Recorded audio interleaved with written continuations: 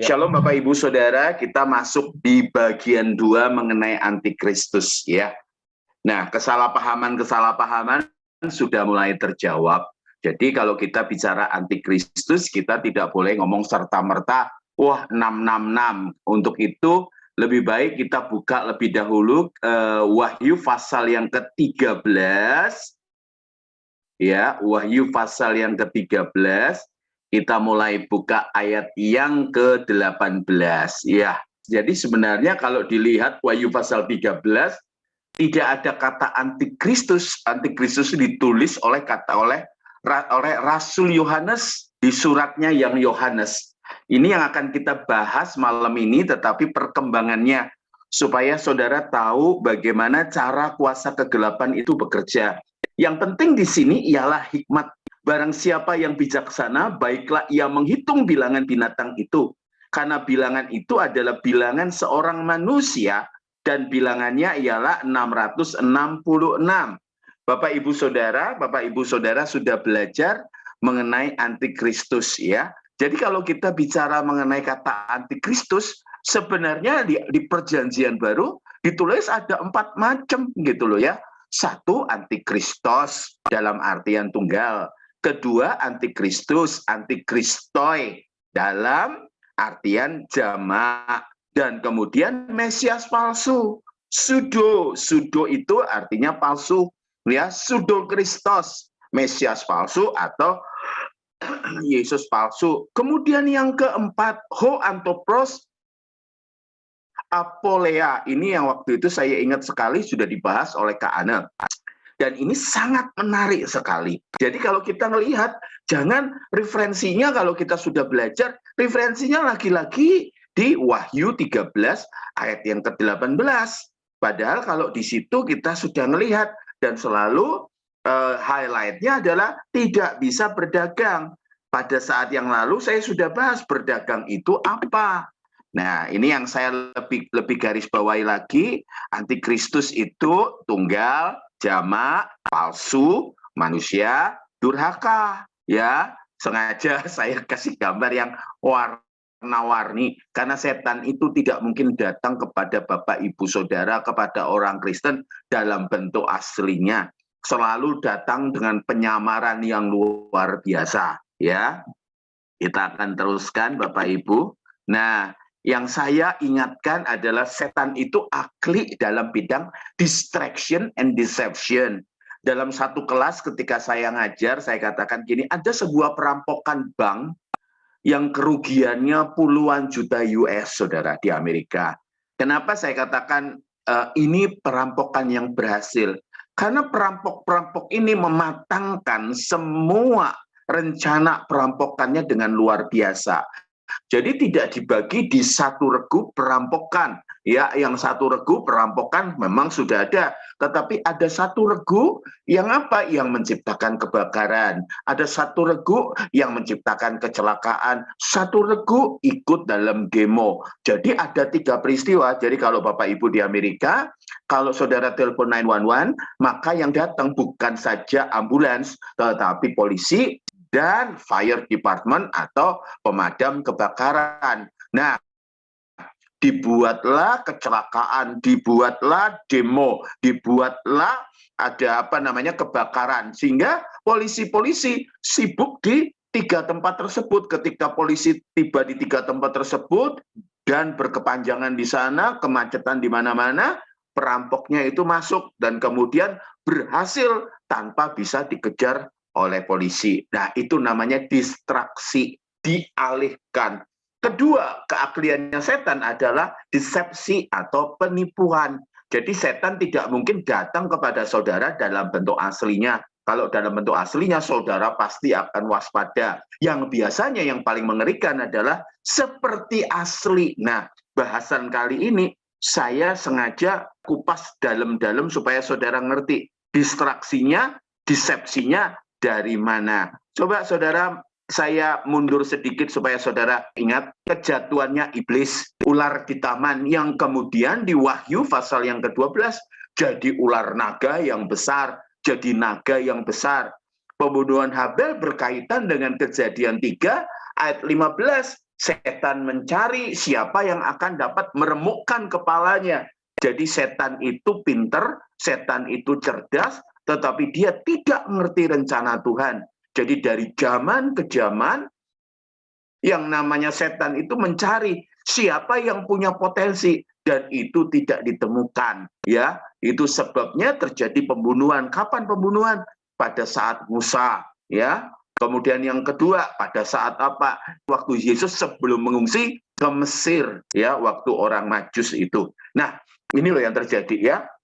Kita ngelihat ada fase setelah pembunuhan Habel, ada orang-orang mulai menantang Allah. Nanti ini saya bahas. Ada penurunan yang terstruktur, saudara. Penurunan yang sangat besar dari Salem Demut, dari mengalami keserupaan dengan Allah, ya, keserupaan dengan Allah, kemudian sampai keserupaan dengan bapak ibunya. Nah, ini yang luar biasa.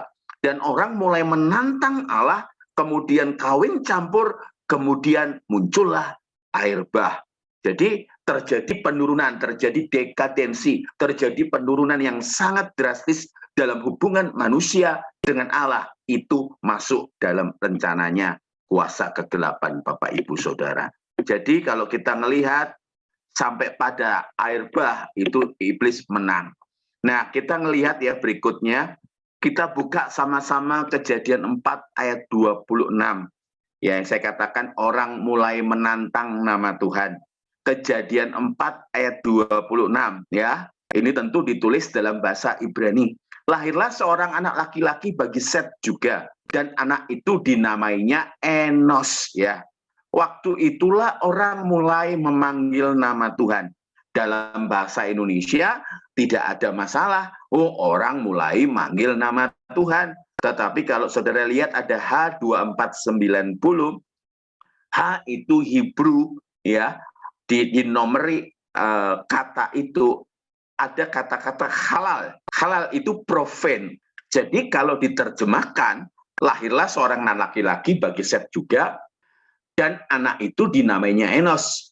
Ya, pada saat waktu Enos itu lahir, waktu itulah orang mulai menghujat dan mulai menantang nama Tuhan. Ini masa yang sangat buruk. Bukan saja keterpisahan dengan Tuhan, tetapi mereka mulai nantang nama Tuhan. Mereka mulai gagah perkasa. Jadi kalau saudara baca kitab Kejadian, saudara jangan serta-merta, oh ini pahlawan. Saudara berpikir bahwa itu adalah seorang pahlawan yang gagah perkasa, peperangan, dan lain sebagainya. Tidak. Itu digambarkan sebagai penggambaran satu sikap, satu tindakan. Jadi kalau dikatakan waktu itulah orang mulai memanggil nama Tuhan, kalau dilihat runtunnya kata halal ini, profane, pollute, ya, kita lihat pada zaman itu orang mulai menghujat, mulai menantang nama Tuhan. Ini mengerikan, saudara, padahal tidak jauh dari penciptaan. Nah, kalau kita loncat ke Kejadian 10 ayat 8 sampai 9, saya akan tampilkan pada saudara seorang tokoh. Ya, kalau ini kita nanti akan lihat ada teori konspirasi. Saya sebenarnya tidak mau berpanjang untuk masuk ke dalam teori konspirasi. Tetapi saudara berhak tahu gitu loh mengenai teori konspirasi ini. Kus memperanakkan Nimrod. Dialah yang mula-mula sekali orang yang berkuasa di bumi. Ia seorang pemburu yang gagah perkasa di hadapan Tuhan. Sebab itu dikatakan orang seperti Nimrod, seorang pemburu yang gagah perkasa di hadapan Tuhan. Bapak, Ibu, Saudara, Nimrod sendiri artinya rebel, valiant, rebel, pemberontak. Jadi sebenarnya kalau kita melihat kata-kata ini tidak bisa diterjemahkan sebagai pemburu rusa, pemburu babi, pemburu makanan ternak gitu untuk dimakan. Tetapi kalau kita terjemahkan, Nimrod ini seorang pemberontak ini orang yang apa? Gagah perkasa ngelawan Tuhan, ya. Dan kalau kita lihat dari sejarah di luar sejarah kekristenan, kita melihat ada tokoh ini, bahkan ada tokoh mistik yang Nimrod ini mengawini ibu kandungnya sendiri, ya. Dan kemudian ada banyak sangat cerita mistik yang berdasarkan tokoh seorang Nimrod. Kenapa? Karena dia betul-betul berani dengan Tuhan, berani gagah perkasa, maksudnya berani nantang Tuhan secara terus-menerus. Jadi ini jangan diterjemahkan sebagai gagah perkasa itu sebagai orang yang hebat di dalam berburu, tetapi orang yang nantang Tuhan secara luar biasa. Nimrod. Nah, pada saat Nimrod ini, saudara, berkembanglah banyak peristiwa. Jadi setan itu, saudara, dia pinter sekali kalau untuk apa mempengaruhi. Jadi gini, Bapak Ibu kan ikut ya sesi saya, bagaimana dia mencari anak yang akan menghancurkan kepalanya. Tetapi pada zaman Nimrod nanti saudara akan lihat ya, Babel itu, setan sudah mulai memakai strategi. Jadi dia sambil dia mencari, dia buat strategi gitu loh. Dia buat strategi dengan cara apa? Dia buat agama, dia buat sekte, nanti ya sekte dengan religi ini nanti pada zaman modern. Tetapi pada zaman awal-awal dia mulai mendirikan agama. Nah, ini saya katakan ini tadi. Menara Babel yang saya katakan tadi, Kejadian 11. Ya, coba saudara perhatikan kata perkatanya. Kejadian 11 ayat 1. Adapun seluruh bumi satu bahasanya dan satu logatnya. Karena satu sumber ya.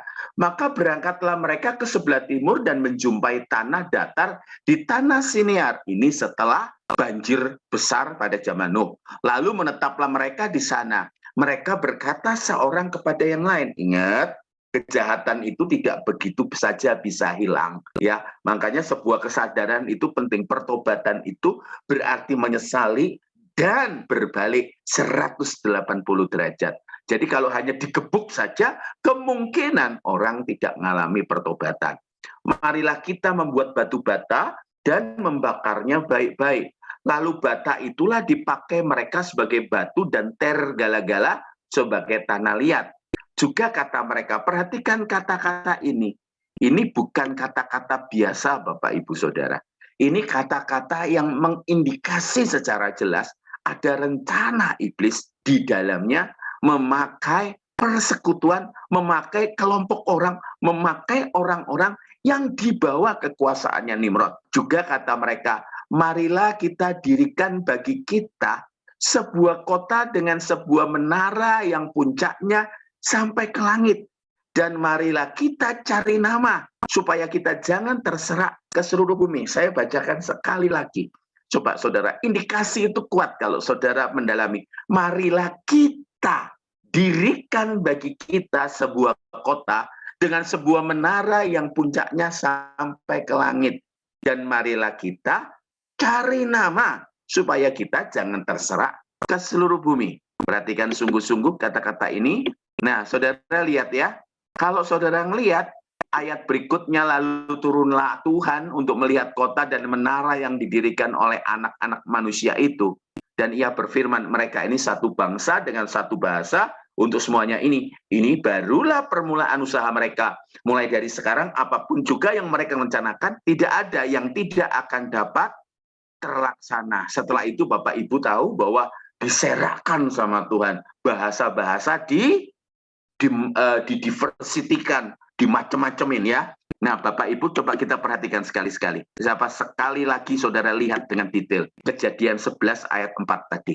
Juga kata mereka, marilah kita ya dirikan bagi kita ya sebuah kota dengan sebuah menara yang puncaknya sampai ke langit.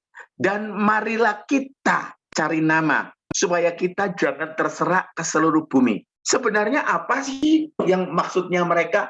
Marilah kita. Mereka buat society, mereka sedang buat belief, mereka buat religion, karena jelas orang-orang pada zaman itu di bawah Nimrod, mereka menantang Tuhan, ya. Mereka mulai berani menghujat Tuhan, mereka mulai berani melawan Tuhan. Bedakan, berarti ada dua kelompok. Nah, kelompok yang di tanah Sinear, tanah datar ini, marilah kita, berarti mereka sedang mengumpulkan satu tempat untuk buat persekutuan. Untuk buat apa? Satu tempat penyembahan. Mereka sedang buat apa? Kemungkinan bisa jadi agama. Siapa inisiatornya? tentu tidak lain adalah siapa? Si setan sendiri. Jadi kalau kita melihat ada banyak mitos, ada banyak misteri di baliknya Babel, itu karena kenapa? Ya, karena kita melihat, oh ada yang berkata, oh sejak dari saat itu muncullah agama-agama mistis, muncullah macam-macam. Setan itu cerdas, ya, dia akan konsum, dia akan makan, dia akan menikmati kegairahan yang paling liar dari kedagingan, dari keinginan mata, dari keangkuhan hidup. Dan itu dimunculkan, ya dimunculkan begitu saja sebagai sesuatu sesembahan. Dan ini ngeri. Nah, karena ini katakan, marilah kita dirikan bagi kita. Muncullah yang ada sebuah pengakuan, walaupun kelompok ini muncul sekitar tahun 1800, tetapi kelompok ini mengaku, ya, supaya ini pengetahuan saja buat saudara. Kelompok ini mengaku bahwa mereka berasal dari apa? Marilah kita dirikan, ya saudara, lambang jangkar, lambang penggaris, lambang mata, lambang G. Marilah kita. Dikatakan apakah Freemason, apa Secret Society? Buat saya, ini bukan Secret Society, saudara. Karena kenapa? Banyak orang-orang di Eropa, di Indonesia sendiri, nanti kita lihat sejarahnya. Sebenarnya kalau dikatakan Secret Society, saya keberatan. Dikatakan perkumpulan rahasia, tidak terlalu rahasia dibanding Illuminati, saudara. Jadi kalau kita melihat, sebenarnya ini tidak terlalu seperti yang dimitoskan. Tapi apakah ada hubungan dengan kekuasaan, kejatuhannya pemerintah? Kemungkinan besar bisa, kemungkinan besar ada. Ya, tetapi kadangkala orang melebih-lebihkan. Ya, nah, saya tulis The Legend of Freemason. Ada legenda di balik society ini begitu besar, tetapi mereka mengaku, padahal ini sendiri didirikan sekitar tahun 1800, tetapi mereka mengaku berasal dari Babel. Mereka lah pembangun-pembangun Babel. Dan kemudian mereka mengaku yang kedua, mereka lah yang membangun Bait Suci Salomo. Yang pertama, kalau dikatakan diklaim bahwa mereka pembangun-pembangunan Babel, spiritnya mungkin iya, ya, spiritnya mungkin iya. Tetapi kalau dikatakan pembangunan Bait Suci Salomo, tentu tidak. Itu pengakuan sepihak. Tetapi yang Indonesia sendiri dengan negara-negara Kristen, dan saya kasih tahu juga Indonesia, orang-orang Kristen di Indonesia, rata-rata sedikit-sedikit dihubungkan dengan Freemason. Sedikit-sedikit dihubungkan dengan Freemason. Saya ingat lambang ini, lambang hierarki dari Freemason ini, saudara pernah mengilhami sekelompok orang Kristen Indonesia dalam sebuah ibadah, membuat hierarkinya seperti ini. Mereka memakai ini dan cukup mengejutkan. Saya masih nyimpen fotonya dengan hierarki yang sama. Oke. Nah, ini contohnya yang saya kasih tahu. Ketika dikatakan Secret Society, tidak begitu dikatakan, wah saya hanya tidak percaya begitu saja, ya.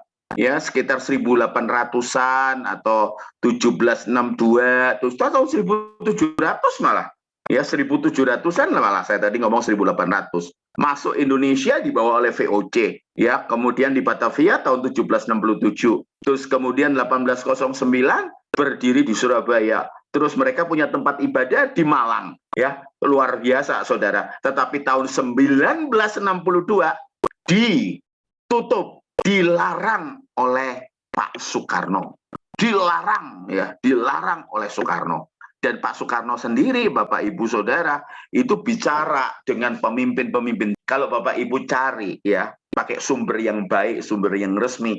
Bahkan ada pahlawan nasional Indonesia yang Freemason. Bahkan membantu kemerdekaan Republik Indonesia. Tapi bukan karena ada pahlawan nasional yang Freemason, terus serta-merta Indonesia Freemason. Oh tidak, makanya saya katakan, tokoh-tokohnya ini tokoh-tokoh yang jelas. Ini bukan Secret Society, bukan kelompok rahasia. Kalau kelompok rahasia, orang-orangnya tidak diketahui. Mari kita berpikir, kalau ketahuan kayak gini loh, Intel, Kalau Intel dia ngaku Intel, atau oh saya anggota BIN, begitu dia ngaku anggota BIN, dia sudah gagal jadi intelijen, saudara. Makanya jangan begitu saja percaya. Ini anggota BIN, udah ketahuan, jadi udah gagal. Nah, jadi pada saat Babel, setan itu mengambil inisiatif untuk mendiriin society, untuk mendiriin agama, gitu loh ya. Dan agama-agama diduga munculnya dari situ, dan di seluruh di dunia banyak agama. Setan itu antikristus. Setan itu tidak anti agama. Sekali lagi, dengan kreativitas dan kecerdasannya, setan telah menciptakan begitu banyak agama dan kepercayaan yang disesuaikan dengan kearifan lokal. Setan itu tidak antikristus, setan itu tidak anti agama.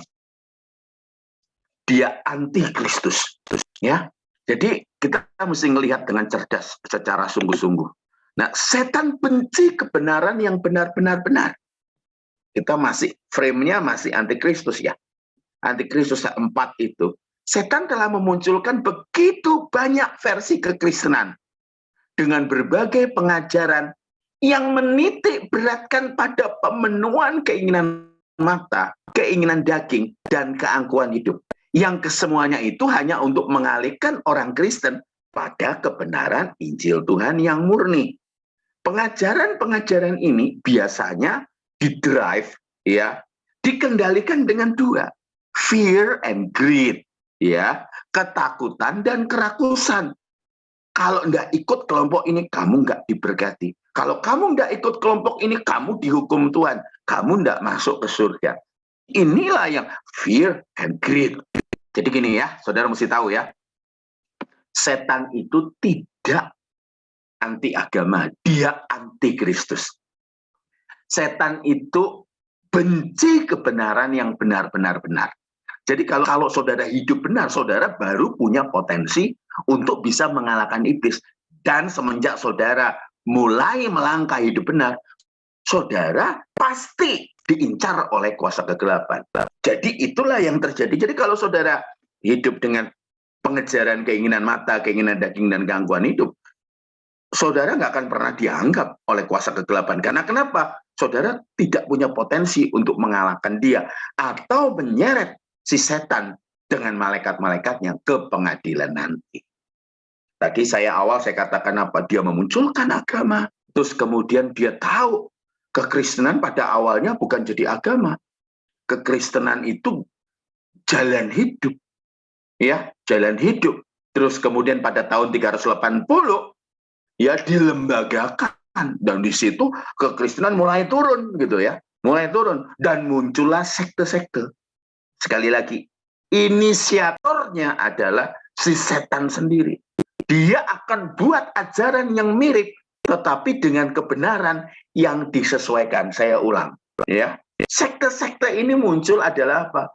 Ajarannya dibuatlah mirip seperti yang asli, yaitu kekristenan yang asli, tetapi disesuaikan dengan apa? Keinginan mata, keangkuhan hidup, dan keinginan daging. Disesuaikan sama setan, sehingga kenapa? Hamartia, sehingga meleset. Saya catat ya, jadi setan tidak benci agama ya, makanya dia banyak menciptakan agama. Karena buat dia, as long tidak hidup benar di hadapan Tuhan, tidak percaya Yesus, oke, gitu loh. Nah, makanya di dalam kekristenan sendiri muncullah sekte-sekte, sempalan-sempalan. Contohnya Mormon, contohnya Saksi Jehova, contohnya gereja Scientology, contohnya Divine Light Mission. Yang kelima bukan ya Hare Krishna, yang keenam bukan, tetapi yang keenam Sai Baba ini ngaku bahwa dia adalah Yesus yang turun ke dunia, yang turun di India. Transcendental meditation ini orang-orang Kristen.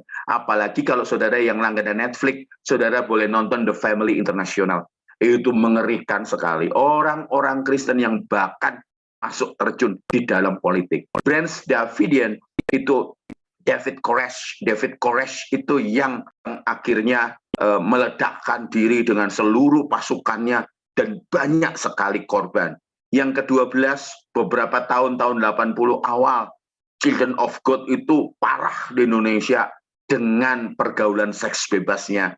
13, Urantia. Herannya saudara, ya herannya. Selalu ngaku-ngakunya adalah mereka dapat pesan dari Yesus. Selalu gitu loh. Makanya kalau penampakan-penampakan selalu ngaku bahwa merekalah Yesus. Merekalah reinkarnasi dari Yesus. Merekalah yang Yesus turun di abad ke-20 atau 21. Selalu. Kenapa? Karena Yesuslah yang asli. Ya, 13 Urantia saya akan bahas sedikit karena ini sangat mengganggu dan biasnya sampai hari ini, saudara. Sebentar. Nah, contohnya ini. Saya bahas mengenai Mormonisme. Mormonisme didirikan oleh Joseph Smith pada 6 April 1830. Coba saudara bayangin. Kalau saya ada bahasa Inggrisnya itu bagus, saya ambil, saya kutip 100%. This aggressively evangelistic group contends that it is the only true church, that all Christians outside Mormonism are following the Ephesian gospel and false Christ. Jadi pada awalnya mereka merasa mendapat pewahyuan, yaitu loh ditiru sama setan dan dibelokkan, disesuaikan dengan keinginannya setan. Nama Mormon diberikan kepada kelompok ini berkaitan dengan kitab suci mereka yang kedua di samping Alkitab, yaitu kitab Mormon. Salah satunya yang supaya saudara tahu, Yesus dilahirkan di Yerusalem. Pada saat penyaliban, kegelapan itu berlangsung 3 hari. Yang ketiga, Yesus Kristus adalah Bapa dan Putra. Keempat, bangsa berkulit gelap adalah orang-orang yang merosot dalam ketidakpercayaan, memuakkan, kotor, penuh dengan kemalasan dan keji. Coba bayangkan saudara. Nah, yang ini yang saya katakan meresahkan, karena sampai sekarang gaung nyamuk, kalau saudara tidak kenal, tidak apa-apa. Tapi Urantia ini sudah sangat mengerikan. Ya, sebenarnya buku Urantia ini bukan buku baru, tahun 35 gitu. Bukunya sendiri tebalnya 2097, saudara. 2097 halaman. Coba saudara lihat ya kesesatannya. Itu tahun 35. Baru dicetak tahun 55. Dan baru terkenal 80-90, bahkan 2000 awal. Ya, buku Wahyuan ini diakui sebagai hasil dari tim pewahyu yang beranggotakan puluhan makhluk roh dan malaikat. Nah, orang-orang yang roh kan suka sekali sama Urantia, ya. Mulai dari konselor ilahi, Melkisedek, utusan perkasa, malaikat serafim, mid warriors, dan para petinggi roh yang lain. Dan ini sangat merusak, dan ini beredar, sudah ada terjemahan bahasa Indonesianya. Saya waktu itu ditawari, Pak Michael Sony mau nggak Urantia?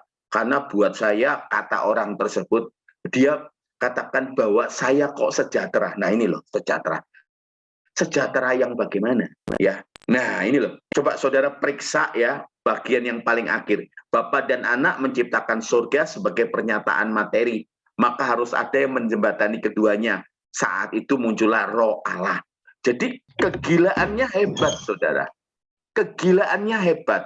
Kalau saudara lihat yang kuning yang saya highlight, ada 7 roh pendamping yang disebut Roh Kudus, yang adalah roh keturunan dari Universe Mother Spirit, di mana pikiran di situ roh pendamping bekerja. Roh Kudus adalah kehadiran dari local Universe Mother Spirit, dan itu kegilaan, saudara.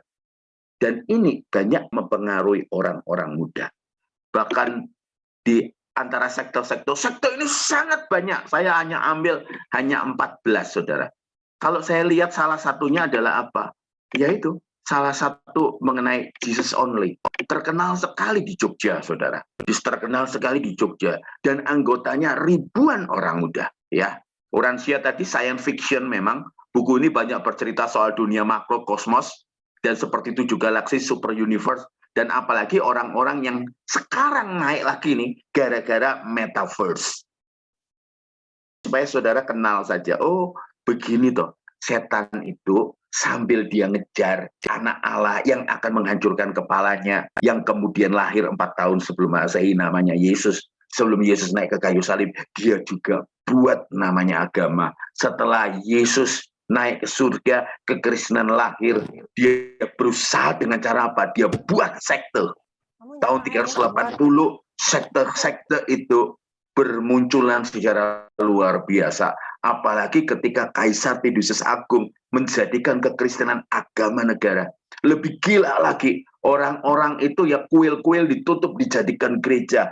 Terjadi sinkretisme. Setan kalau tidak bisa menghentikan, tidak men-tackle dengan cara apapun, dia akan rusak dengan caranya sendiri. Dengan cara apa? Mengkopi kekristenan, sehingga kekristenan diduplikasi seakan-akan kekristenan yang benar. Padahal itu kekristenan palsu. Karena dapat video, ada orang yang ngaku kerawuhan atau dimasuki Roh Bapa, Putra, dan Roh Kudus. Dan ini lihat, aku melihat nih mata. Nggak gitu. Kalau pernyataan roh berbeda dengan Alkitab, maka otomatis apa yang disampaikan pernyataan, baik itu penglihatan, baik itu nubuatan, otomatis gugur. Karena kenapa? Karena Tuhan kita tidak mungkin mengkhianati Alkitabnya sendiri. Saya 37 tahun pelayanan sudah banyak pengalaman. Dia berkata bahwa kepenuhan Roh Kudus ternyata schizophrenia. Oh, dia merasa mendapat penglihatan, ternyata bipolar. Oh, dia melihat seperti ini, ternyata borderline. Dan banyak orang muda di dunia klinik, di dunia timur, apalagi Indonesia, kita tidak biasa untuk apa? Menimbang. Gitu loh. Senang sekali kalau mendengar nubuatan. Maka dari itu sekali lagi, kalau setan tidak bisa, ya tidak bisa menghentikan kekristenan, dia akan buat tiruan. Waktu setan ya berusaha menghentikan kekristenan dari tahun 30 sampai tahun 180, kekristenan malah tumbuh subur, malah makin kuat, malah makin murni. Orang yang sudah mengalami penderitaan daging tidak akan berbuat dosa. Itu kekristenan murni. Tapi pada saat tahun 380, kekristenan turun seturun-turunnya. Jadi jangan kaget saudara, kalau melihat situasi yang seperti ini. Nah, setan itu buat apa? Buat agama, kemudian untuk bisa lebih banyak lagi orang-orang yang tersesatkan, dia buat sekte. Terus kemudian dia buat apa lagi? Beyond religion. Kalau agama kan hanya orang-orang dari agama tersebut gitu loh. Kalau sekte kan sekte Kristen. Tapi kalau beyond religion, di atas agama, semua agama bisa blend jadi satu. Makanya itu ada kata-kata Great Awakening.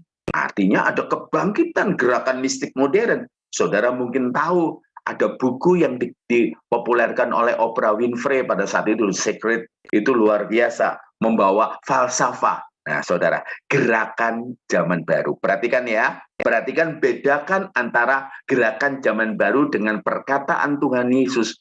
Ya, Matius 24 itu dikatakan, ya, ada kesakitan menjelang zaman baru. Itu Tuhan tidak mengatakan mengenai lahirnya kelompok New Age ini, bukan. Tuhan Yesus ngomong pada saat itu dalam arti Yunaninya, ya, permulaan sakit melahirkan. Jadi ini yang saya kasih tahu, New Consciousness Movement, Human Potential Movement, Creative Imagination, Self Motivation. Dan kita ngelihat gerakan-gerakan ini selalu bercitrakan positive thinking. Makanya dari itu dalam tulisan saya selalu katakan gini, saya tidak mau positive thinking. Karena apa yang positif sebelum tentu benar menurut firman Tuhan. Dan apa yang benar menurut firman Tuhan tidak bisa kadang-kala dipositifkan. Seperti itu. Berpikirlah benar, bertindaklah benar sesuai firman Tuhan. Gerakan ini mengajak orang-orang untuk menyadari kemampuannya yang tidak terbatas. Kelihatannya rohani, tapi ada kata-kata seperti ini. Semesta mendukung. Sebenarnya kata-kata semesta mendukung itu baik. Tetapi sebenarnya kalau ini ditarik, munculnya dari mana? Iya, ditarik munculnya dari gerakan zaman baru. Gerakan New Age, gerakan meditasi mistik modern. Mereka senang meditasi yang menggabungkan semua faktor yang ada untuk mendekatkan pada apa? Sebuah zat yang maha tinggi. Makanya mereka juga percaya. Nah ini loh luar biasanya. Ada roh pembimbing, ada guidance spirit, ada guiding spirit. Jadi ini beyond religion. Makanya kelompok ini semua agama boleh duduk bareng, ya, boleh living in harmony, ya. Ini bukan unity in diversity, bukan. Mereka nyembah bareng. Ayo silakan nyembah bareng pada saat duduk, pada saat meditasi. Ini pun makan korban banyak. Jadi setan itu jadi jangan berpikir bahwa antikris itu bekerja hanya nanti ya ditaruh cap di dahi sama di tangan. Tidak. Dikatakan tidak seorang pun yang bisa membeli atau menjual. Saudara, sudah saya jelaskan di bagian 1. Dagang itu bukan soal menjual beli, tapi saudara tidak bisa diterima di society. Saya kasih tahu pada saat saya menjelaskan mengenai Smyrna. Smyrna itu sebuah tempat yang sangat dibanggakan oleh Tuhan kita pada saat dalam kitab Wahyu. Luar biasa.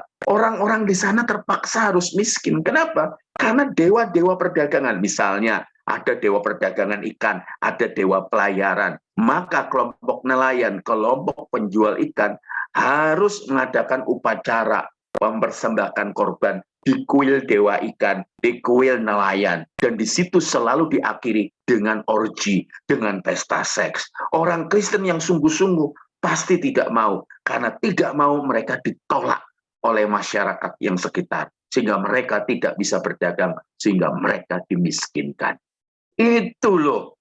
Jadi jangan bilang berdagang yang dipikir, wah nanti saya nggak bisa, nanti pasang chip. Nggak seperti itu. Setan itu punya banyak cara. Tadinya saya mau berpikir untuk memasukkan musik-musik yang ada, tapi saya pikir nanti di sesi-sesi berikutnya saja, supaya saudara tahu bahwa kerusakannya sudah demikian struktural.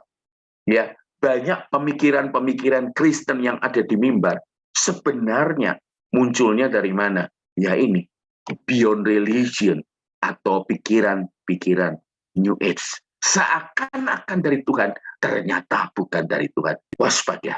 Ya, gerakan ini mengajak orang-orang untuk menyadari kemampuan yang tidak terbatas, yang tidak terhingga untuk mencapai kehidupan yang damai, sukacita, dan cinta. Perhatikan, dan kelimpahan di bumi ini. Dulu sebelum saya terima Yesus, saya dulu punya ilmu namanya ngerogoh sukmo. Keluar dari badan saya, tapi itu tipu dayanya setan. Di dalam New Age saya dengar dari teman saya, salah satunya diajari meditasi untuk keluar, dibimbing oleh roh pembimbing itu untuk keluar dari badan dan bertemu dengan siapa? Dengan yang maha agung. Itu setan, saudara. Nyamarnya sebagai apa? Quote unquote, the light. Jadi saya mau highlight nih, siapa antikristus? Nah ini yang saya kan janjikan nih. Dia menyangkal baik Bapa maupun anak, tidak mengakui bahwa Yesus berasal dari Allah, ya, tidak mengakui bahwa Yesus Kristus telah datang sebagai manusia, mengubah waktu dan hukum. Ini antikristos. Satu. Ya, tunggal nih. Antikristoi jamak, antikristos satu. Saya tentunya tidak akan bicara namanya, kelompoknya.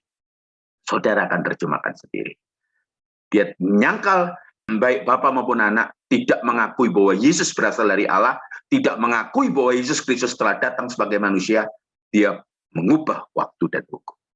Dan ini dituliskan, saudara.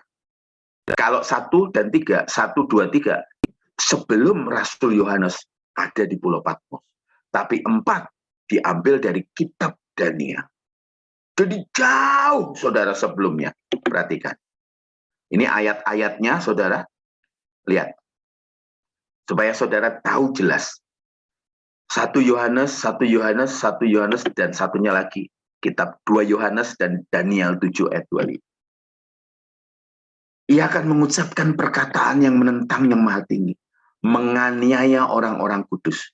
Dan saudara lihat, ia berusaha untuk mengubah waktu dan hukum. Kita lihat siapa antikristus ini.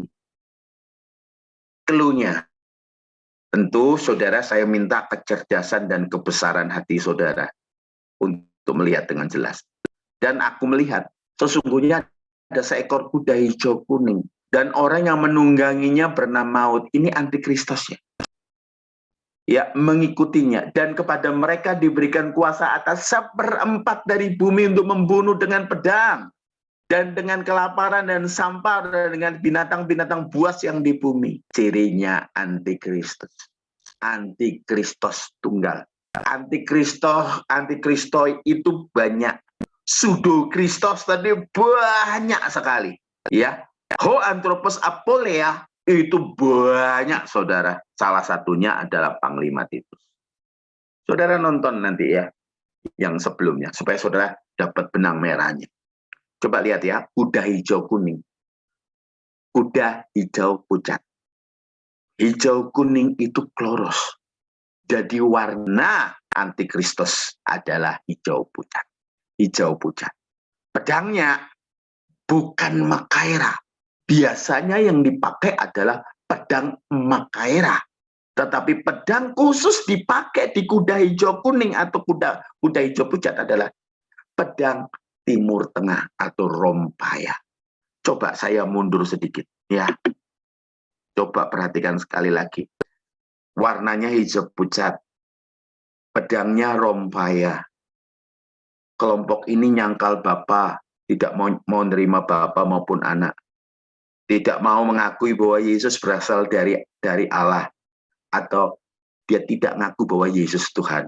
Yang ketiga, tidak mengakui bahwa Yesus Kristus sudah datang sebagai manusia. Yang jelas, nggak mungkin masa Tuhan datang sebagai manusia. Keempat, dia punya waktu sendiri dan punya hukum sendiri. Clue-nya dapat ya? Nah, itu antikristos. Antikristoinya banyak. Sangat banyak. Ya, itu dalam sekte-sekte itu. Ho anthropos apolea itu juga banyak. Jadi mari kita cerdas. Tidak langsung, wah ini antikristus, oh ini antikristus. Gampang sekali kena angin pengajaran. Kembali Wahyu 13, 16-18.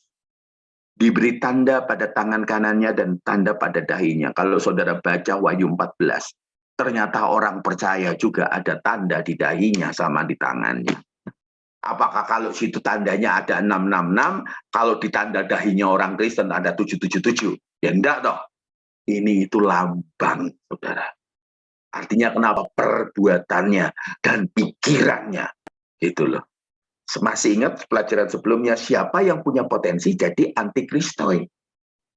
Ada Nero, ya, ada Caligula, ada Theodosius Agung. Punya potensi semua jadi antikristoi. Tetapi kalau dilihat, Wahyu 13 ini mengarah kepada siapa? Kaisar Nero. Bahkan dikatakan apa? Mitos yang mengatakan bahwa Nero akan, kalau mati dia akan lahir kembali. Tetapi gara-gara itu, semua kaisar yang kejam dicap oleh orang Kristen sebagai Nero yang lahir kembali. Dan karena bencinya sekali sama kekristenan, menyengsarakan kekristenan, kekaisaran itu dituduh apa?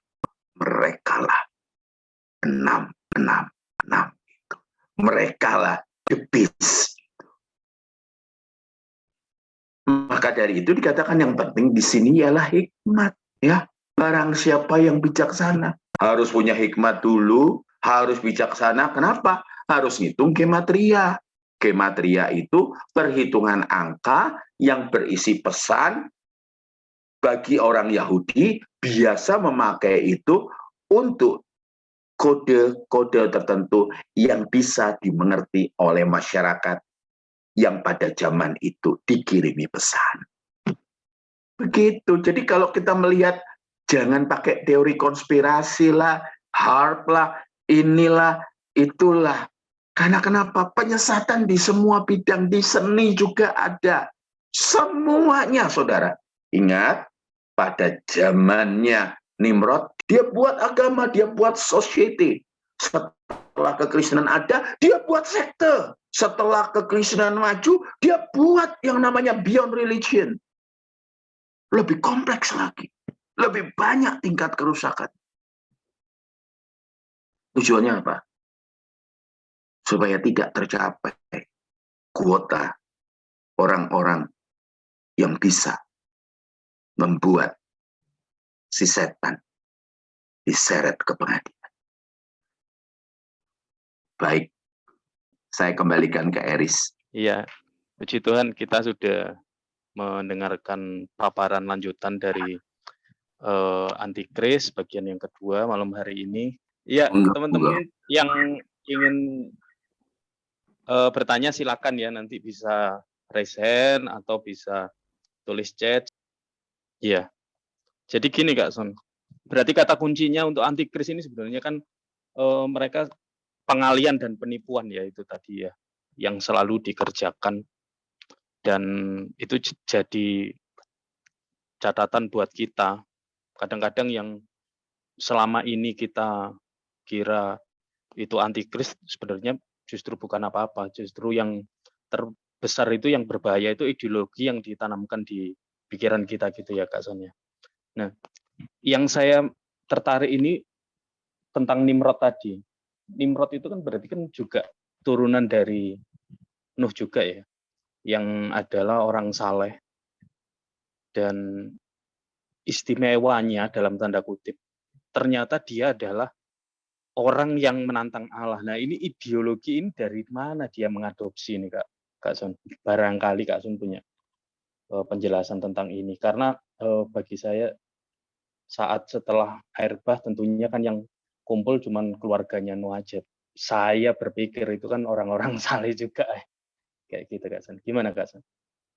Setelah air bah kan tidak begitu saja selesai. Iya. Setan itu tidak mati. Setan itu kan selalu mencari kesempatan. Setan dengan roh-roh jahat yang ada di bawahnya kan selalu mencari kesempatan. Untuk apa? Untuk kembali. Karena kutuk buat si setan itu bahwa akan ada peremuk kepala kan tetap ada. Setan itu begitu marah pada manusia, makanya dia ingin menghancurkan.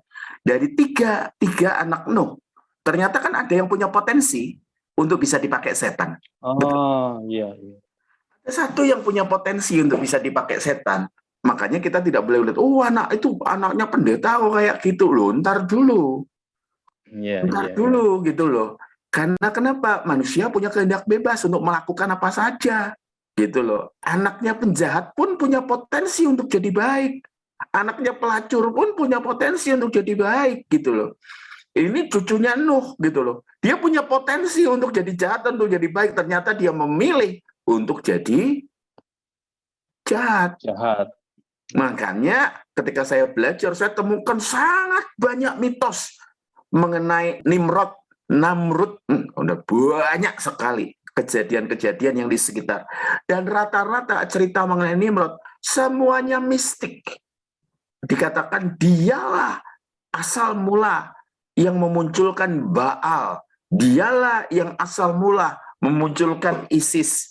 Dialah asal mula yang memunculkan penyembahan kepada dewa-dewi. Jadi begitu jahatnya. Jadi yang dibangun itu bukan sekedar menara, tetapi society, kelompok ini, kelompok yang diinspirasi oleh setan sendiri. Mereka berkumpul bersama, kebayang enggak ya, mereka satu tujuan, yaitu nantang nama Tuhan, menghujat nama Tuhan secara gagah perkasa. Terus kemudian apa? Mereka pasti penyembahannya kepada siapa? Tidak mungkin kepada Tuhan, tetapi kepada kuasa kegelapan itu. Itu sebabnya diberikanlah dalam tanda petik kuasa dari kuasa kegelapan itu, diberikan kuasa kepada mereka untuk membangun. Sebenarnya ketika mereka dikatakan membangun, mencari nama, itu bukan hanya sekedar mencari nama, tapi mereka lagi buat eksistensi bahwa mereka lah orang-orang yang berani. Kalau dalam abad 20, 21, kita akan ngelihat lahirnya gereja setan yang punya ide, itu termasuk sekte. Saya bisa kasih tahu loh, Satanic Church itu adalah sekte Kristen, yang awalnya para pemimpinnya adalah Kristen. Tetapi mereka melihat, kenapa Tuhan bisa disembah, kenapa setan tidak. Dan kalau itu mau dikatakan bahwa antikris hanya seputar chip dan lain sebagainya, antikris itu berputarnya di mana? Salah satunya di semua sektor, baik agama, sosial, ekonomi, semuanya. Termasuk hiburan kan? termasuk hiburan ini. Nanti mungkin collab saya sama Ongki untuk lihat hiburan itu seperti apa.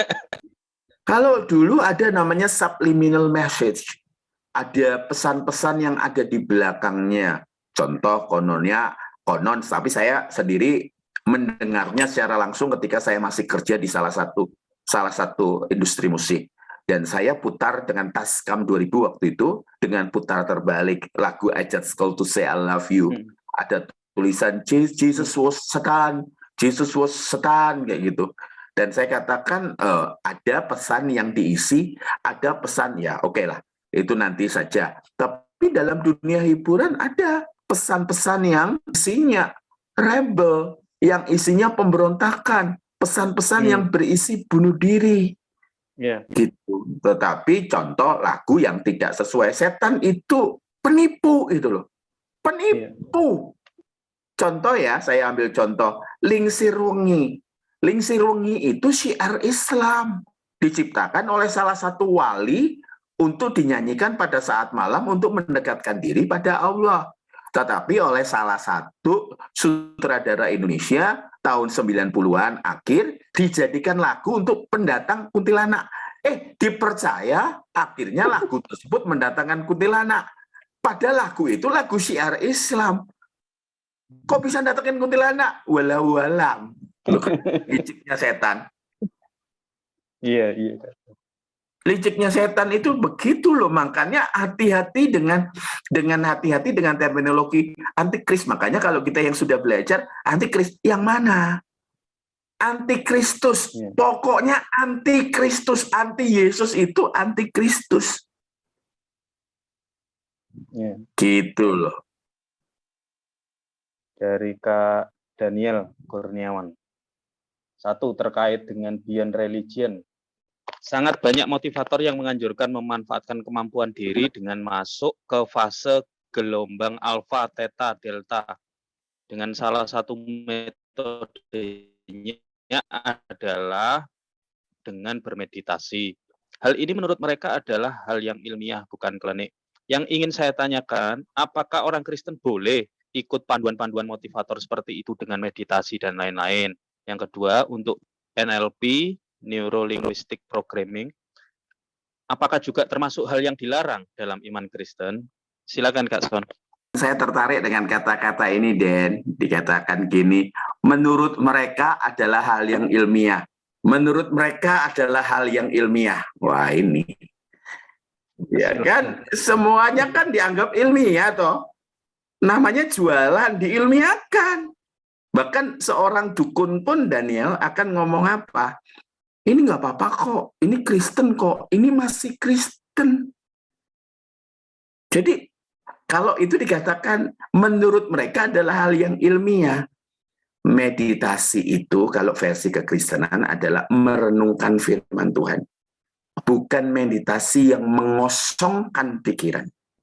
Saya latar belakangnya klinik. Orang-orang kerasukan setan ketika mereka meditasinya adalah mengosongkan pikiran, mengosongkan batin. Yang masuk siapa? Mungkin yang nomor 2 bisa dibantu Kak Ane, soalnya Kak Ane bergerak di bidang psikologi untuk NLP. Yang saya lihat ya dari kesaksian teman saya yang ikut NLP ini, kalau saya dapat penjelasan, NLP ini sebetulnya tidak ada yang berbahaya, tetapi ketika saya mendapatkan kesaksian dari teman saya yang ikut program ini, ada hal yang tidak masuk akal buat saya, gitu. Nah, hal-hal yang tidak masuk akal inilah yang saya pikir itu dari supranatural, jadi bukan hal yang natural. Karena kalau hal yang natural itu, yang alami itu semuanya bisa diilmiahkan. Nah, yang ini tuh nggak bisa diilmiahkan. Contohnya apa? Waktu mereka ikut program NLP ini, mereka bisa jalan di atas bara api tanpa melepuh kakinya.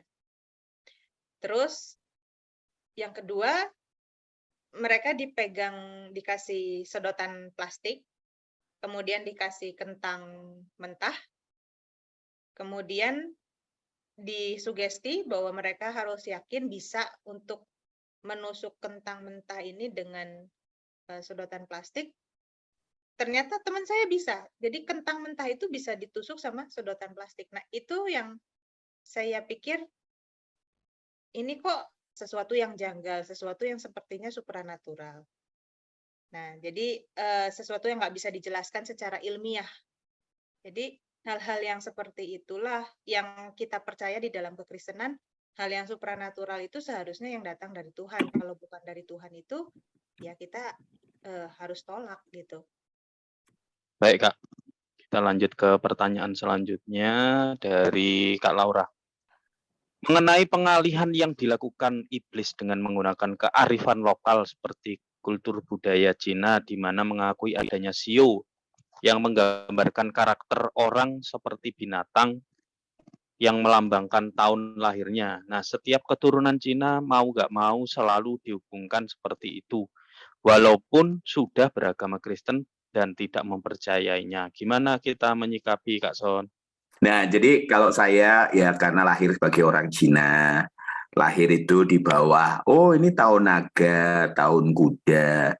Jangan lupa juga ada orang Jawa lahirnya di weton apa, legi, kliwon, paing, kayak gitu. Dan kita nggak bisa ngubah. Oh iya, memang lahir, tetapi kalau mencocokkan itu sama seperti kita mencocokkan. Oh, orang yang tahun lahirnya tahun Shio kuda, sifatnya begini, begini, begini. Sifatnya naga itu begini, begini, begini. Naga nggak boleh kawin sama kuda. Kenapa? Kudanya dimakan sama naga gitu nanti. Misal seperti itu. Nah, misalnya seperti itu. Jadi kalau mau lahir di tahun naga, mau lahir di Sabtu Pon, Jumat Legi, ya enggak apa-apa. Memang sudah seperti itu. Tetapi kalau menghubungkan sifat kita dengan tanggal kelahiran dengan tahun kelahiran, itu yang kayaknya nggak tepat. Jadi kalau mau jadi Cina, terus kemudian nanti pada saat nanti Xinjia ada perayaan, ya kita nggak bisa ngilangin Cina kita, apalagi ngilangin mata kita yang sipit itu, nggak bisa. Nah, tapi kita hanya menghilangkan kepercayaannya. Kalau malam tahun baru Cina, ikut aja malam tahun baru Cina. Enak kok makan-makan. Ya, nah seperti itu aja. Kalau misalnya Pak Timur, misalnya lahirnya apa? Ada wetonnya. Tapi udah Pak Timur sudah dirubah pikirannya sama Tuhan. Weton itu tidak mempengaruhi peruntungan. Weton itu tidak mempengaruhi masa depan. Yang mempengaruhi masa depan adalah Tuhan, penyertaan Tuhan, dan kerja keras kita. Seperti itu. Nah, monggo. Ya, lanjut ini ada dari Kak Lani. Kak Son dan Kak Ane mau bertanya, kalau olah tubuh yoga, apakah berbahaya? Kalau kita lakukan sebatas untuk olahraga saja, nggak masuk meditasi, gimana? Garis bawahi nggak masuk meditasi. Kalau nggak pakai meditasi nggak apa-apa. Tapi kalau sudah pakai meditasi, sudah pakai pada di atas meditasi, pakai acara ritualnya, stop, jangan. Gitu. Tapi ada olahraga tertentu yang menggunakan pernapasan. Contohnya Qigong ya misalnya. Lebih baik jangan. Karena kenapa dari awal itu sudah ada hubungan dengan kuasa kegelapan. Jadi kalau mau olahraga saja enggak apa-apa. Tapi ada olahraga contohnya silat-silat jenis tertentu, saudara harus mengucapkan syahadat, ya tentu tidak. Silakan. Ini ada yang resen. Lili kayak. Silakan. Monggo. Lili. Kak, ini saya mewakili, ada yang tanya di grup gara-gara tadi membahas tentang sekte. Gimana menurut Kak Son kalau pernah itu kan ada istilah kalau di gereja atau komunitas itu menari dalam roh. Jadi menari bersama malaikat Tuhan. Jadi enak-enak menari, tiba-tiba ya ada yang gelosor sendiri. Terus kayak tumbang atau apa. Jadi kayak mereka enjoy, dan waktu ditanyain bukan dari latar belakang seorang penari yang dia tuh nggak seberapa suka menari, tapi dia kayak dibawa menari sama Tuhan. Nah, itu menurut kakak gimana? Apakah kayak seperti hal kayak gitu tuh dari Tuhan atau rasa sendiri, pokoknya ya harus ikut aja gitu Kak. Ya, jadi kita ngelihat ya di Indonesia itu ada sekte sekte yang mengatakan kalau Tuhan itu senang tari-tarian. Ya, saya ngomongnya dari sekte dulu ya. Jadi saya kasih tahu itu sekte dari tari-tarian. Jadi katanya Tuhan senang ditarikan. Jadi mereka tuh suka nari-nari. Terus termasuk salah satunya adalah tarian yang gendong-gendongan, lakinya gendong perempuan di situ. Maaf, selangkangannya perempuan di sini. Padahal kalau muter itu kadang-kala kena payudara dan lain sebagainya. Katanya, oh kudus kok, kita enggak apa-apa. Tetapi pada kenyataannya terjadi banyak perzinahan di dalam kelompok tersebut. Itu banyak kesaksiannya. Nah, apakah Tuhan senang tari-tarian? Apakah Tuhan senang lagu? Tuhan itu terima tari-tarian, Tuhan itu terima lagu, tetapi Tuhan lihat siapa penarinya, siapa yang nyanyi, siapa yang main musik. Tuhan kita tidak gila pujian. Tuhan kita tidak begitu saja menerima ekspresi tarian, lagu, dan main musik. Tuhan selalu melihat siapa yang mempersembahkan tarian, pujian, dan memainkan instrumen. Apakah penari bisa dilawat Tuhan, pemimpin pujian bisa dilawat Tuhan, orang yang main musik bisa dilawat Tuhan. Tetapi kalau membatasi bahwa Tuhan hanya geraknya hanya lewat situ dan mensakralkan tarian, mensakralkan lagu-lagu tertentu, mensakralkan alat-alat musik tertentu, contohnya shofar. Shofar kalau ditiup roh Tuhan turun gitu loh. Padahal jujur saja sofaris itu rata-rata ya kalau niup itu nggak tahu mongso, nggak tahu kapan waktunya niup gitu. Saya pernah di satu gereja ya lagi enak-enak nyembah, tiba-tiba dia tiup towet gitu, tim musik itu buka mata satu. Kenapa? Terganggu. Saya terganggu. Sampai 3 kali. Saya sampai ngomong, hus, saya ngomong gitu. Kenapa? Karena mengganggu. Temponya enggak cocok gitu loh. Sofaris saya percaya Tuhan bisa pakai, tetapi melebihkan sofar dibanding dengan alat musik yang lain, itu salah. Oh, kalau sofar lebih diurapi, karena ada di Alkitab. Sebentar dulu gitu loh. Nah, jadi kalau dikatakan kalau diurapi, saya pernah melihat orang yang diurapi dengan tarian yang begitu indah. Begitu indah. Dan orang itu nari tidak ada yang tabrakan. Tidak ada yang tabrakan. Begitu indah. Tetapi kalau saya ngajar ya di satu kelompok namanya BBCO, ya ada orang-orang yang akhirnya pakai api asing. Karena merasa, oh waktu itu Tuhan melawat umatnya, maka dikopilah suasana itu. Seakan-akan, wah kalau pakai ini Tuhan pasti hadir. Tuhan itu kalau kerja, tiap kali itu berbeda. Makanya jangan ngomong, wah ini pokoknya urapan, pokoknya kuasa dan mujizat. Nah kuasa mujizat terus kuasa mujizat, pokoknya revival, pokoknya penginjilan. Aduh, gitu loh, saya pegang kepala gitu loh. Karena Tuhan itu bergeraknya selalu sistematis. Mereka masuk ke tanah Kanaan, mereka tidak perang terus, saudara. Mereka harus membangun negeri. Gitu. Makanya saya itu bingung lihat orang yang selalu mengkopi seperti itu. Jadi kalau saya lihat, saya nggak bisa menilai apakah itu dari Tuhan atau tidak. Tetapi ada yang dari Tuhan. Bahkan ketika saya mimpin pun 4 jam itu pernah. 4 jam. Tetapi sekarang tidak lagi. Ya, bisa lagi nggak? Bisa, tapi terserah Tuhan. Tapi kalau sudah mengatakan menspesialisasi bahwa kelompok tersebut mendatangkan hadirat Tuhan dengan tarian, itu yang salah. Demikian San, thank you ya pertanyaannya. Cakep. Mantap. Silakan Bu Sabrina. Sudah resen. Maaf ya nggak bisa on ini kamera sekarang. Nggak apa-apa Bu Sabrina. Ini, waduh, saya banyak sekali pertanyaan dengan materi yang Bapak sampaikan malam ini. Karena ada kejadian hari Minggu lalu kan, ini seorang hamba Tuhan, actually dia bukan hamba Tuhan yang punya background sudah ke sekolah Alkitab sih, dia cuma pemimpin di gereja. Kebetulan karena pastornya lagi pelayanan di luar, terus dia ditunjuk untuk menggantikan pastor menyampaikan firman Tuhan. Tapi satu hal yang mengkagetkan saya itu cara dia menyampaikan firman Tuhan itu seperti apa ya? Salah satu ada beberapa kata-katanya yang saya tidak bisa terima. Pertama, dia sering mengatakan bahwa dia mendapat penglihatan dalam mimpi. Dia sering bilang, oh Tuhan berbicara dengan dia. Malah waktu dia menyampaikan firman Tuhan juga, dia berhenti dan dia menunjukkan wajahnya yang ketakutan. Dia bilang, wah ini Tuhan baru bicara dengan saya, tapi Tuhan bilang jangan sampaikan kepada jemaat belum siap. Nah, salah satu yang dia katakan bahwa Yesus itu sudah ada di awan-awan. Yesus sudah mau turun. Yesus sudah ada di awan-awan dan di alam roh. Kita nggak melihat, hanya orang-orang yang sungguh-sungguh murni hatinya yang dapat melihat. Tapi pada masa yang sama, kok bisa ya Pak Sony, kata-katanya itu pada masa yang sama bertentangan.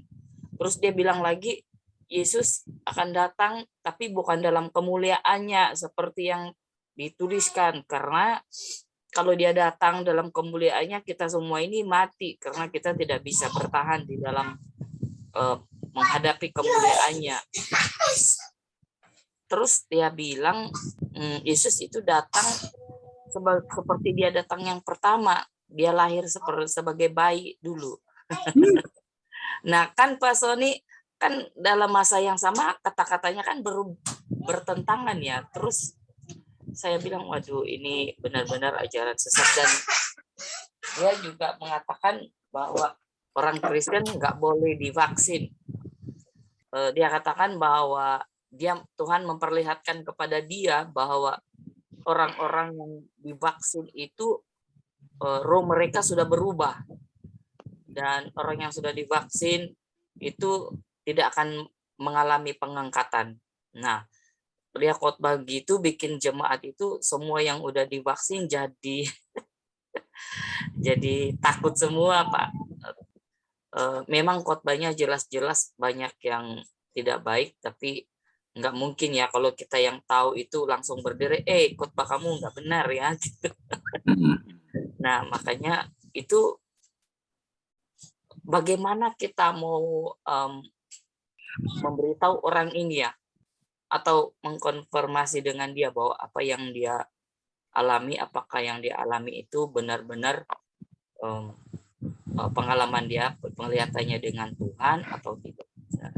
Secara pribadi ketika dia berkhotbah begitu, Tuhan itu ingatkan saya, nah inilah tipe-tipe orang di dalam Matius 7:21 itu yang banyak orang berseru kepadaku, Tuhan, Tuhan. Mereka mengaku mereka bersekutu dengan Tuhan, berbicara dengan Tuhan, mendapat penglihatan dari Tuhan dan sebagainya. Tapi ternyata itu dalam hati saya Pak Sony mengatakan bahwa semua yang dia katakan itu tidak betul. Tetapi bagaimana ya Pak Sony untuk membuktikannya, dan bagaimana kita mau menolong orang ini? Terima kasih. Jadi setan itu punya cara cerdik untuk bisa membelokkan kebenaran. Orang timur itu suka sekali hal-hal yang mistis. Mistis itu klinik. Nah, salah satunya adalah dia khotbah yang satu dengan yang lain bertolak belakang. Itu tandanya bahwa dia tidak punya pendalaman firman yang baik dan benar. Contohnya dikatakan Tuhan Yesus sudah di awan-awan. Saya sudah dengar itu sejak saya terima Yesus pertama kali, Bu. Sudah dari tahun 80-an, saya sudah dengar pertama kali bahwa Tuhan Yesus sudah di awan-awan. Nah, kalau makin kita belajar kebenaran, kita akan tahu bahwa Tuhan Yesus itu tidak hanya nunggu ada pengangguran, nunggu di awan-awan gitu. Tidak, tapi dia mengerjakan sesuatu, menyediakan rumah bagi kita. Itu yang pertama. Kedua, untuk bicara seperti itu, yang kita harus lakukan preventif adalah kepada pemimpin jemaat dulu. Pemimpin jemaat harus kita ajak bicara dari hati ke hati, tetapi juga tergantung kerendah hatian, ya, humility dari pemimpin jemaat.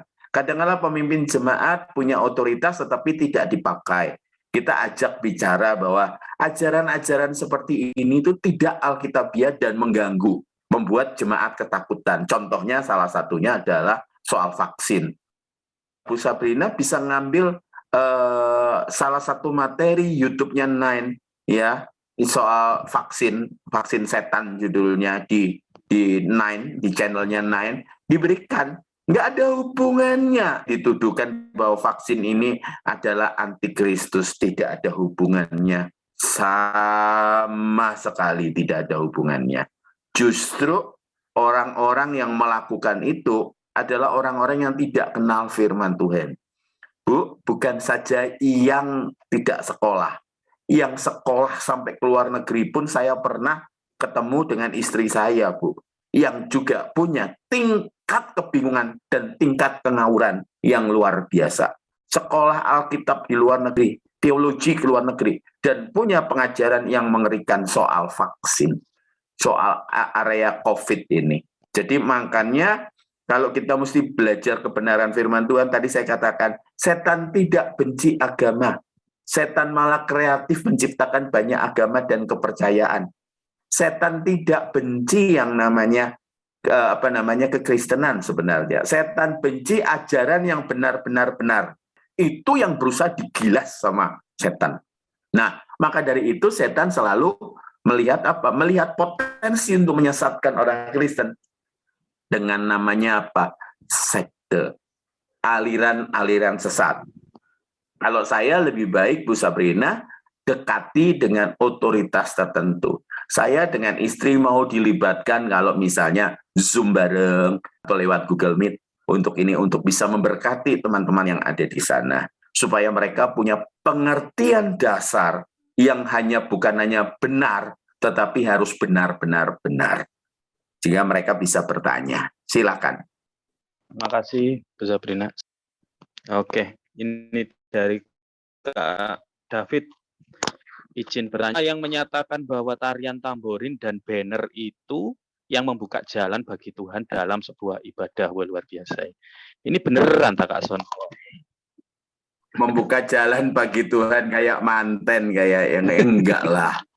Iya, ada orang yang gereja tertentu yang harus membacakan Mazmur 150, ada aja katanya karena dipercaya sebagai pembuka jalan agar Roh Kudus turun. Jadi banyak macam-macam, dan itu kan hanya kepercayaan dari pemimpin lokal. Tuhan itu bukanlah manusia yang butuh protokoler seperti itu. Walaupun dalam perjanjian lama di bait suci itu ada protokoler, tapi kalau kita mau terjemahkan, protokoler itu hanya sebuah liturgi, hanya untuk keteraturan dan keindahan. Ya, kalau dikatakan jalan bagi Tuhan di sebuah ibadah, kita ngelihat ibadah itu apa? Tuhan itu tertarik pada hati kita. Penyembahan itu adalah menghargai Tuhan dengan penghargaan sepantasnya. Sepantasnya itu karena Dia Tuhan, kita hargai Dia sebagai Tuhan. Dalam hidup dalam kekudusan, hidup dalam kerendahan hati, hidup dalam kesungguhan pengejaran, keserupaan dengan Tuhan. Itu yang menarik hatinya. Bahkan Tuhan pun bisa datang tanpa musik, tanpa instrumen, tanpa lagu, tanpa tarian. Itu. Terima kasih, Eris. Iya. Kak Son, ini ada sambungan lagi dari Bu Sabrina. Monggo. Saya bacakan. Bagaimana dengan peperangan rohani, Pak Sony? Apakah ada kondisi tertentu untuk masuk dalam peperangan rohani? Wah, ini peperangan rohani itu sudah namanya spiritual warfare. Sebab peperangan kita bukan melawan darah dan daging. Jadi seringkali peperangan rohani itu diterjemahkan sebagai orang berkumpul berdoa dan tengkang-tengking iblis. Ya, usir-usir iblis, mengalahkan iblis. Bahkan kalau di Indonesia, Bu Sabrina, peta Indonesia itu dibuka, ditaruh di lantai, dan didoakan roh ini diperangi di dalam nama Tuhan Yesus. Nah, saya kasih tahu, kalau kita ada istilahnya doa syafaat, tetapi beberapa orang memang berdoa dengan emosi. Ya, berdoa dengan emosi. Saya sudah sangat banyak ikut doa peperangan rohani. Yang dikatakan doa peperangan rohani itu hanya soal teriak-teriak saja. Tapi peperangan rohani mengajarkan jemaat. Nanti satu ketika kalau sudah wahyu sudah selesai, saya akan bahas mengenai peperangan rohani ini. Supaya mata Bapak Ibu Saudara terbuka. Di sini itu banyak kadang-kala penipuan. Jadi seakan-akan kita sudah mengalahkan setan, padahal belum mengalahkan setan. Setan ketawa, kita euforia. Saya dengan istri saya melihat dengan mata kepala sendiri peperangan rohani yang pemimpin rohaninya mengumpulkan poster wajah-wajah setan, dikumpulkan semua, Absintus lah, Isis lah, Baal lah, Osiris lah, semua dikatakan dikumpulkan semuanya. Setelah itu yang terjadi adalah apa? Pemimpin rohani pakai pedang kayu yang dilapisi dengan kertas timah. Sesuatu ditusuk-tusuk dalam nama Yesus. Saya ketawa, saudara. Ada lagi yang lebih canggih, memakai pedang akrilik yang di dalamnya ada lampunya. Saya ingat Star Wars, ya, lightsaber, ya. Dan kemudian ditusuk-tusuk. Apa setan bisa kalah dengan itu? Tentu tidak. Ada lagi yang mengatakan pakai garam, pakai tepung, pakai 7 elemen, pakai 5 elemen, pakai 10 elemen semen, saudara. Ya, wah itu kebangetan. Setan itu kalah dengan apa? Kadang-kala kita tidak buka mulut, setan tahu. Makanya waktu setan bertemu dengan anak-anak Skewa, Yesus aku tahu, Paulus aku kenal, siapa kamu? Walaupun itu dia nolak pakai nama Yesus, dia teriak pakai nama Yesus. Kenapa? Karena hidupnya itu tidak benar anak-anak Skewa. Jadi kita ngelihat, ya, setan pun mengamati. Kenapa kalau dalam pengusiran setan ada orang-orang tertentu, ketika ada di ruangan, setannya malah melotot ke dia. Karena teman gitu loh ya, kelakuannya teman. Tapi ada orang yang diam-diam setannya ketakutan, padahal dia baru angkat suara. Seperti itu. Nanti kita bahas tertentu. Terima kasih. Silakan, Rick. Jadi sebenarnya iblis ini juga menciptakan fantasi yang kemudian akhirnya diadopsi sebagai pewahyuan di dalam gereja, ya Pak Son. Lah iya. Bilang kayak gitu jadinya. Yang penting dihilangkan atau dikurangi kadarnya, kualitasnya. Yang tidak penting diangkat, sehingga orang Kristen meleset, muncullah sekte. Ya. Silakan, Riz. Makasih Kak Son, Kak Ana. Ya, sudah kita tutup dalam doa ya. Iya, Kak Son, silakan. Kita sama-sama berdoa, Bapak Ibu Saudara, senang ada bersama-sama dengan Bapak Ibu Saudara pada malam hari ini. Kita berdoa, Bapa Surgawi, terima kasih kalau kami belajar dari sudut pandang kebenaran yang benar-benar, yaitu berasal dari Injil-Mu. Terima kasih kalau kami mengerti dari perspektif yang benar mengenai penyesatan yang sedang dilakukan oleh kuasa kegelapan. Tuhan, terima kasih untuk melatih kami untuk bisa mengiris tipis. Ajari kami untuk kami juga dapat memiliki discerning spirit agar kami dapat kami bisa membedakan roh, sehingga kami bisa membedakan yang manakah dari Tuhan dan yang manakah yang bukan. Hamba mintakan berkat dari Bapa di surga untuk saudara-saudaraku yang hadir malam ini, baik yang ada di YouTube ataupun yang ada di Zoom. Damai sejahtera dari Bapa di surga, kasih dari Tuhan Yesus Kristus, dan pertolongan dari Roh Kudus penuh atas Bapak, Ibu, Saudara. Diberkati. Amin. Tuhan Yesus berkati. Selamat malam semuanya.